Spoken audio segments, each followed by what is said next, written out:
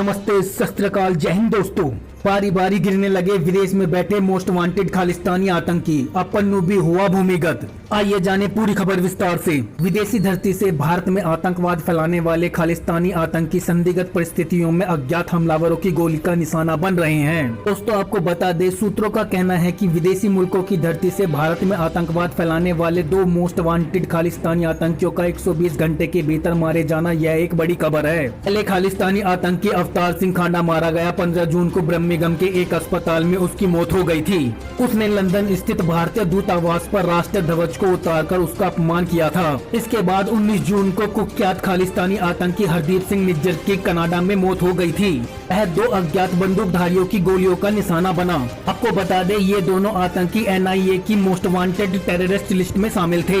हरदीप सिंह निज्जर पर तो NIA ने 10 लाख रुपए का इनाम भी रखा था। महज 120 घंटे में 2 आतंकवादियों का मारे जाना, इसके बाद कनाडा और दूसरे मुल्कों में बैठे खालिस्तानी समर्थकों का पसीना छूटने लगा है। खास तौर पर खालिस्तानी आतंकी पन्नू भूमिगत हो गया है। यही एकमात्र ऐसा आतंकवादी रहा है जो भारत में खुलकर खालिस्तानी आंदोलन को आगे बढ़ा रहा है। तो दोस्तों, इन खालिस्तानियों की ठुकाई पिटाई करने के बारे में आपको क्या कहना है, अपनी राय कमेंट बॉक्स में जाकर जरूर दें। और ऐसी ही जानकारी पाने के लिए चैनल को दिल से लाइक करके सब्सक्राइब करना ना भूलें।